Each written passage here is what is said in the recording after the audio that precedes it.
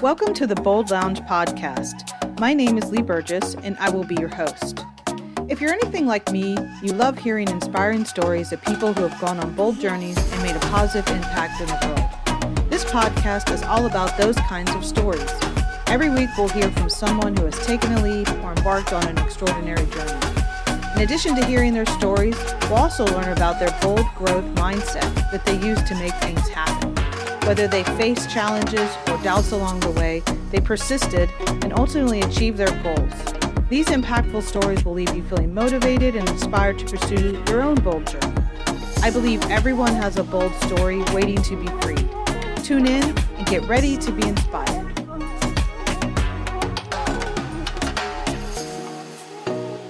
Welcome to the Bold Lounge. Today we have Julia Boorstin, who is CNBC Senior Media and Technology Correspondent and also the author of When Women Lead. Thank you, Julia, for joining the lounge today.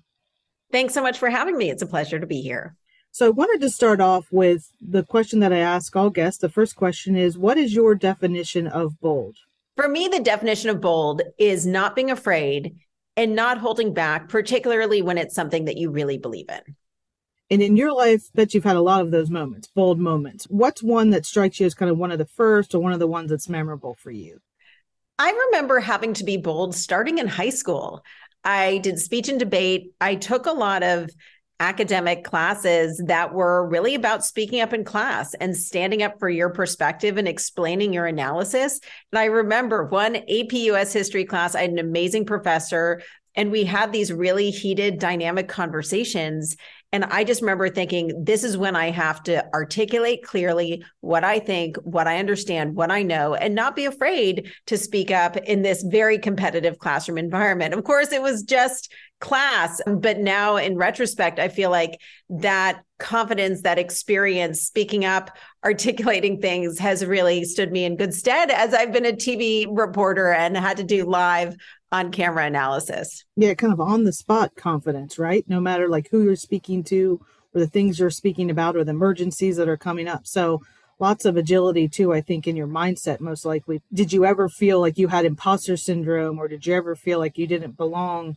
Kind of overcoming that pretty quickly. I think we all feel it every now and then. It's just how quickly you shift out of it. Would you agree? We all feel imposter syndrome, 100%. We all feel imposter syndrome. It's just a question of how we deal with it, but also recognize it, right? There's a great New Yorker article about how so many people feel imposter syndrome all the time. And I was joking with some female friends about it. It's like, maybe we all feel imposter syndrome so much that it's not even a thing anymore. It's just so, but I think that it's more trying to identify what that imposter syndrome indicates. Are you not feeling comfortable in the room? Do you need to do more homework to make sure you really know your stuff so you're ready to walk in there and present your case or whatever it is? And for me, whenever I felt imposter syndrome, especially very early in my career, I took that as a sign that I needed to do more work. So I knew I was ready. Right. And I was really questioned a lot early in my career. I was a young reporter for Fortune magazine. I was 21 years old when I joined the magazine. And so many of the people I interviewed were men who were so much older than me, and they would question me. They would say, what do you know about my business? You couldn't possibly understand anything. How dare you accuse me of having my business be struggling? When, of course, this was like 2001 during the market crash.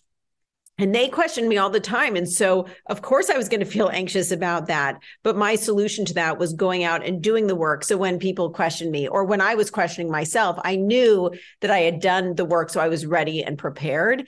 And I think about it a lot like going into a high school debate. Like, if you're prepared, you're going to do a better job for whatever gets thrown your way. So that's always my response to imposter syndrome. One, figure out if it's necessary or it's real, or if it's authentic. And then on the other hand, do the work. So you don't have to feel like you don't deserve to be there. You do deserve to be there. You did the work. You deserve to be there. Right. Did you always want to be a correspondent, or how did you land in that spot, especially at an early age, at 21?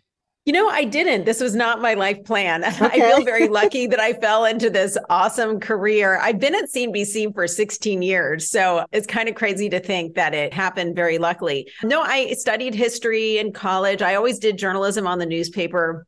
I was on the newspaper in high school. I was in the newspaper in college, but I was going to go to grad school and study international relations. And I decided, I got into grad school in London. I got into the London School of Economics, and I was going to take a year off and work for a magazine in New York because a bunch of my friends were moving to New York. And I thought a break from academia would be good. And I happened to get a reporter job offer from Fortune magazine. And I got rejected by a lot of places. I got much worse jobs from other places. Mm-hmm. And I thought I should take this risk. I mean, that was a bold move. I didn't know anything about business or economics, but the woman who hired me at the time said, well, Fortune has a philosophy that you can't teach a business person how to write. You can teach a writer about business. So I took that leap.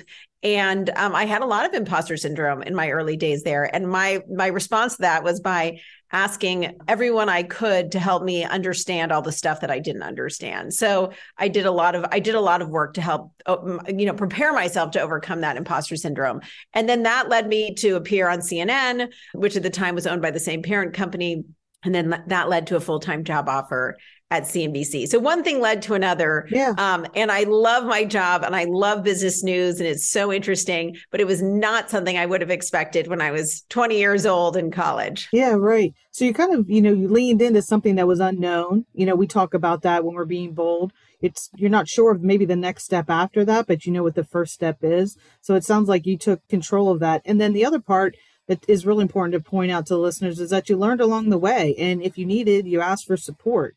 And I think sometimes as women, we may feel like we should have all the answers, or we shouldn't show vulnerability in our work, that we should have it all together.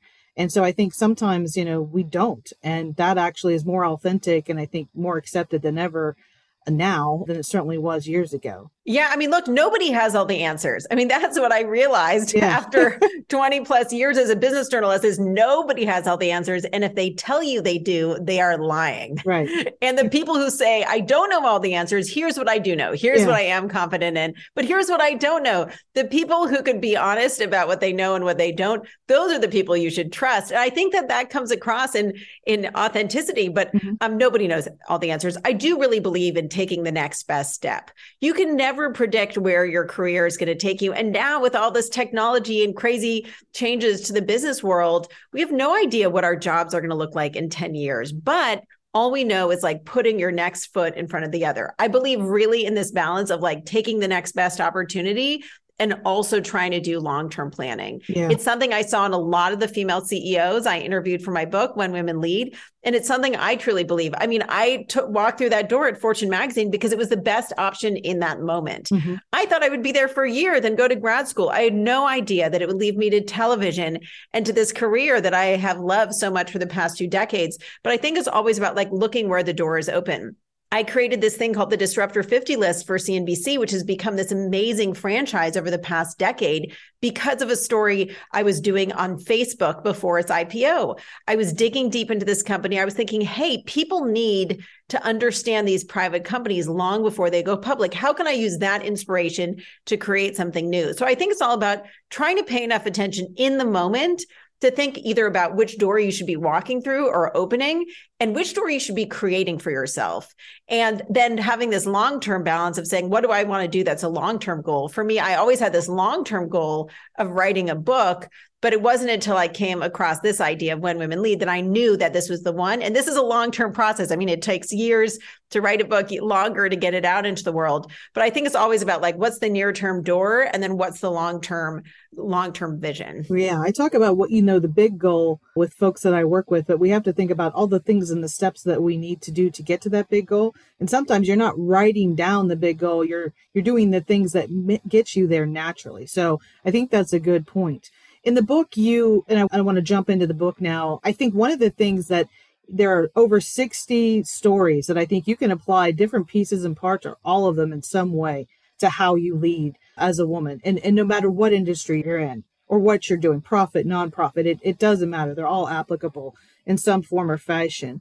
What do you think was a consistency between the stories and like a theme throughout? There are so many different personalities and characters and approaches I write about in the book. And look, women are very different from each other. There's no one way to lead, no one type of leader. But I do think that the one common thread, and this really makes sense, is just really a growth mindset. Mm-hmm. And it's, to me, what I saw as a growth mindset being as this combination of humility. Again, the vulnerability, the humility to understand you don't know everything. You don't have all the answers. You have areas where you can grow. And then the confidence to understand that you can push yourself and you could take on new things and you can keep learning and changing and growing. And so many of the women who I write about in When Women Lead totally changed their lives because they had an idea and they knew they were going to have to push themselves into a totally new sector or a totally new space to get there. But they had that confidence, but also the humility not to assume that they knew everything walking in. So I think it's that humility, confidence, balance.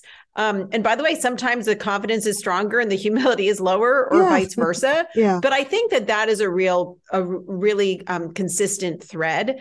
And I mean, look, I would say any leader, male or female, any gender, needs to have a growth mindset. But I feel like that is certainly a common thread I saw. And oftentimes these women were told, you have no chance of succeeding. You're going to fail. There's no way you're going to win at this. And these women say, you know what? I have the confidence that I'm going to keep pushing forward. So many of the women I interviewed were rejected by hundreds of venture capital funds or even thousands. One woman I interviewed, Irma Olguin Jr., she said she pitched to over 1,000 funds before her idea got any traction. So for sure, I think improvement, and it sounds like, again, she kept going regardless of, she had 1,000 no's and just need a one yes, right? In that perspective, and the tenacity to keep going, embracing change, the growth mindset that you talked about, that you even had, that you talked about, at 21, someone's telling you, well, you can't tell me about my world. And especially, I think there is a sense that finance and tech are ruled by men or are led by men. They dominate it. I mean, the vast majority of CEOs in the business world are men. Currently, 10% of the CEOs in the Fortune 500 are women, but that is way up from where it was when I entered the world. It's even up from 8% last year. So it wasn't my imagination. I was outnumbered, and my rarity as a young woman in a male-dominated world was constantly being pointed out to me. I was like, yeah, I know that I'm a young woman. You don't have to tell me that as a way to belittle me. Yeah. So how long do you think we should be patient? This is something I've talked about with Shelley Zalas and the work that she's doing and the change that she's creating. We have seen improvement. And I think that, but to me, it's just not enough. And one of my virtues is not patience. Yeah. Why do we have to be patient? Right. Yeah. I don't know. Like, what can we do more of? Obviously, these stories, I think, are incredible ways to apply that and empower, I think, the possibility that is now. Is there anything that you would say we can do more of as women in leadership? I have a multi-part answer to this question. I love what Shelley Zalas is doing. I think the way she's bringing women together, I think all the work to identify gender gaps, both in pay and in terms of promotion, are really, really important. Ultimately, I believe that data will help overcome bias because every type of data, whether it's about performance of public companies with female CEOs, private companies returning, led by women, they yield returns to investors a year earlier on average. The value of having women in the C-suite, having women CFOs, having women on boards, all of that data indicates that gender diversity in business yields better results. By the way, the data also indicates that racial diversity in business yields better financial results. So I think the more that we can get that research, get that data, and then also talk about that data is important. I also think it's really important to elevate the female success stories. That is what I do in the book. There are dozens and dozens of women's stories I dive into deeply in the book that are phenomenal success stories. We hear a lot about female failures, Elizabeth Holmes being first and foremost among them. She is in no way representative of what leadership looks like for women. I think it is essential, not just for women to have role models, but for men to understand that this is what leadership looks like. These are female leaders who have had massive success by doing things their own way. They don't look like the male archetype of leadership. They don't lead like those men, but they have found incredible success by doing things their own way. And those are the stories I tell in my book. I want women to read those stories so they can use this book as a mirror and find their own traits and skills and strategies that they didn't ever value before and say, oh, look at the way this woman used her introversion as an advantage. Look at the way she used her empathy as a huge competitive advantage. And I want this book to serve as a mirror to women looking to unlock their own superpowers. I also want men to see this is what leaders look like. So the next time they're thinking about who to promote or who to invest in, they're like, oh, this is what a leader looks like. So I think elevating the positive stories is important. But as to the question of patience, I think that women should not be patient waiting around for a promotion or waiting around to start their company until they feel like they're totally ready. I feel like women should say, hey, maybe if I'm 90% ready, I should start my company. Be bold, go for it. Or be bold, be bold. But I also think that part of being bold is not ignoring the situation that we live in, which is male-dominated business world. I think part of being bold is not being afraid to look at the data and look at the research and look at the challenges you may be up against. If female founders draw 2% of all venture capital dollars, don't be afraid of that. Don't ignore it. Say, I'm going to defy those odds by understanding them. And I think that you can be bolder if you understand the challenges that you're up against. So I think that my whole life, I tried to ignore the challenges I was going to face, or just like put a blind eye and say, it's fine, I'm just going to keep my head down and do the work. But the reality is the more you understand the obstacles, the better equipped you are to navigate them. So for instance, pay, promotion, starting a company, negotiating with someone, understand that you as a woman may be treated a little differently. Don't get angry about it, but understand it so you can go in there and better negotiate. So for instance, when it comes to feedback and jobs, women are more likely to get feedback based on their style rather than their substance. Now, if you're not getting feedback on your substance, you are missing out. You are not going to get better as an employee. That's terrible. And also to get feedback on style, which may be irrelevant to your job, that's kind of like a double loss to get feedback on your style, not on your substance. Whereas men are more likely to get feedback on their substance and not their style. So if you know that information, you know that that bias is out there. It's not malicious. That just may be the sort of instinct of your manager to do that. They're not intentionally not giving you valuable feedback. But if you at least know that when you get that feedback, oh, you seem kind of abrasive, or you seem too harsh, or these words that women get about their style that sometimes are sexist, they can say, hey, I really appreciate this feedback, that my tone may not seem warm to you, but I'd really love to get some feedback on my substance of the work I've been doing as well, so then I could be more effective. So I think it doesn't mean you have to be, burst into tears about it. It just means that you need to be prepared to counter and say, hey, I'm thanks for the feedback, but like, what about this other stuff that would be more valuable feedback for me to get? And so I think it's all about understanding the landscape. And my book very, very clearly lays out ways in which women may face double standards. And I don't lay out that research to bum people out. I lay it out so you can use that information as ammunition. You can use it to fuel you and to make you bolder. Yeah, to be thoughtful and pragmatic and know where to spend your energy, right? So if you spend your energy expecting someone else to be like you, to think like you, to act like you, you're most likely not using it the right way. And some of that feedback, I think maybe we visualize, I don't know how people visualize getting feedback, but some of that feedback, at least in my career, came from women talking about my style. So a woman telling me I'm too much, I'm too straightforward, I'm too this, whatever the two, insert the line. And also I think negotiating for what you feel you deserve, I think can be challenging. I think there's some urban legends still out there about, you shouldn't be negotiating for your worth. You shouldn't be discussing some of these things, but you should. I think it's really important from what you have in your book for people to kind of see the facts, see the data, which I love what you said, data overcomes bias. And with that, we can then know, where to put our efforts. I think it's really important for people to see that.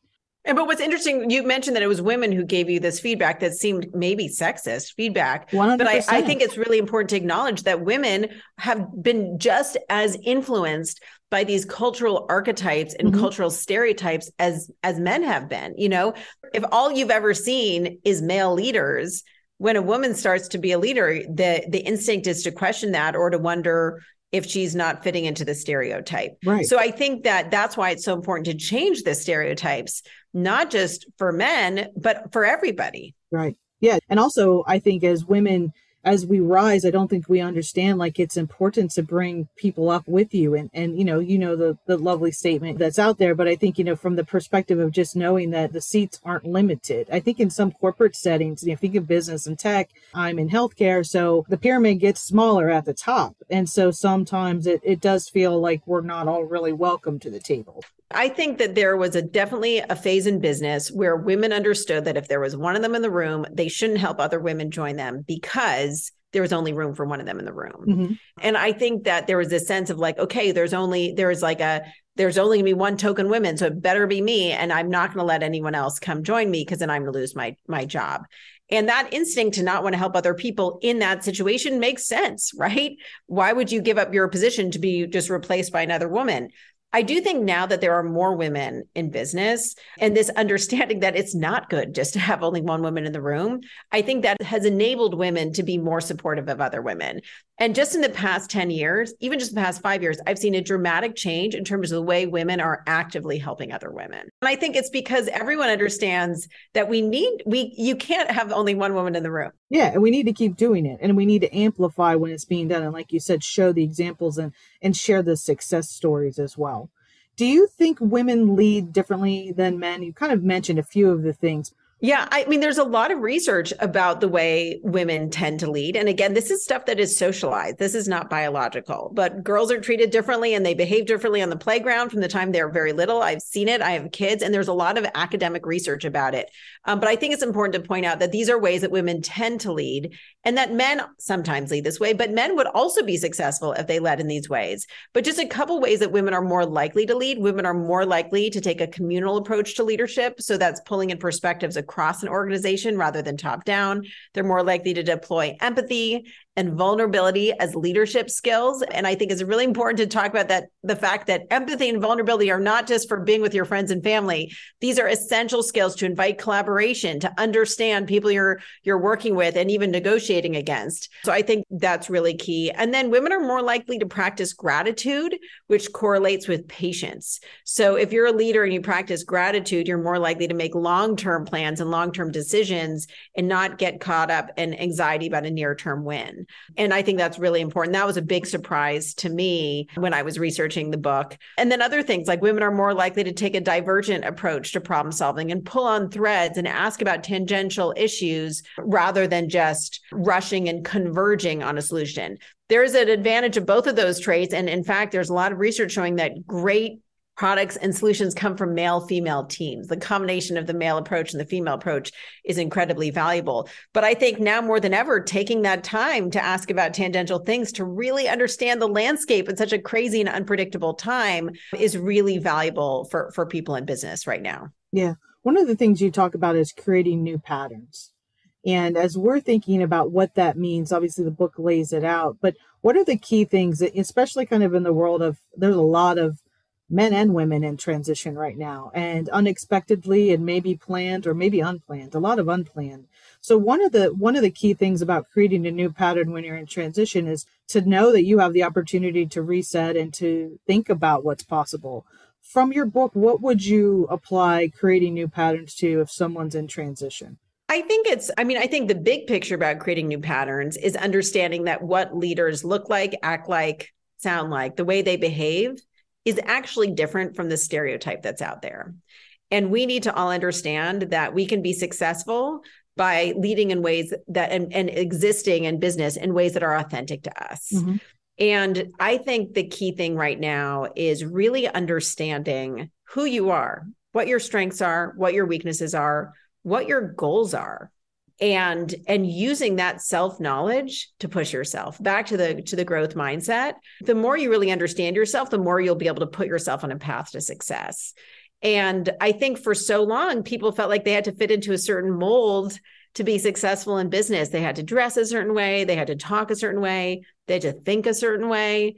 And I think the reality is that if you actually are true to who you are, then you'll be more successful because you could say, hey, I'm actually not good at this thing. Let me push myself to be better at this thing. But you know what? Let me also hire someone to complement me on this area that I have no experience or expertise. So I think it all comes back to sort of self-knowledge and then setting those goals, both the long-term and short-term.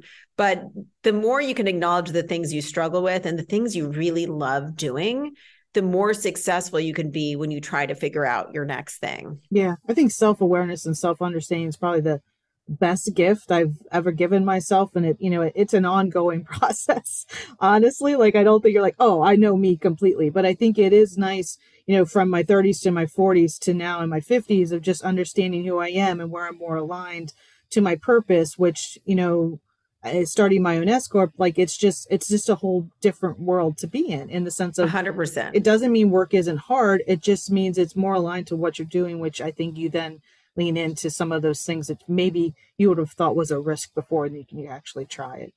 So as we close out, from the perspective of women leadership and being able to really elevate others and share your success stories and feel like you can brag about yourself, because I think that's one thing, that's the reason for this podcast actually is, I had a lot of clients and a lot of women particularly that didn't think they were even being bold, but I mean, they were doing things that would bring most people to their knees in that respect. So what would be your advice for someone who really needs to think about or start really celebrating their successes and their boldness?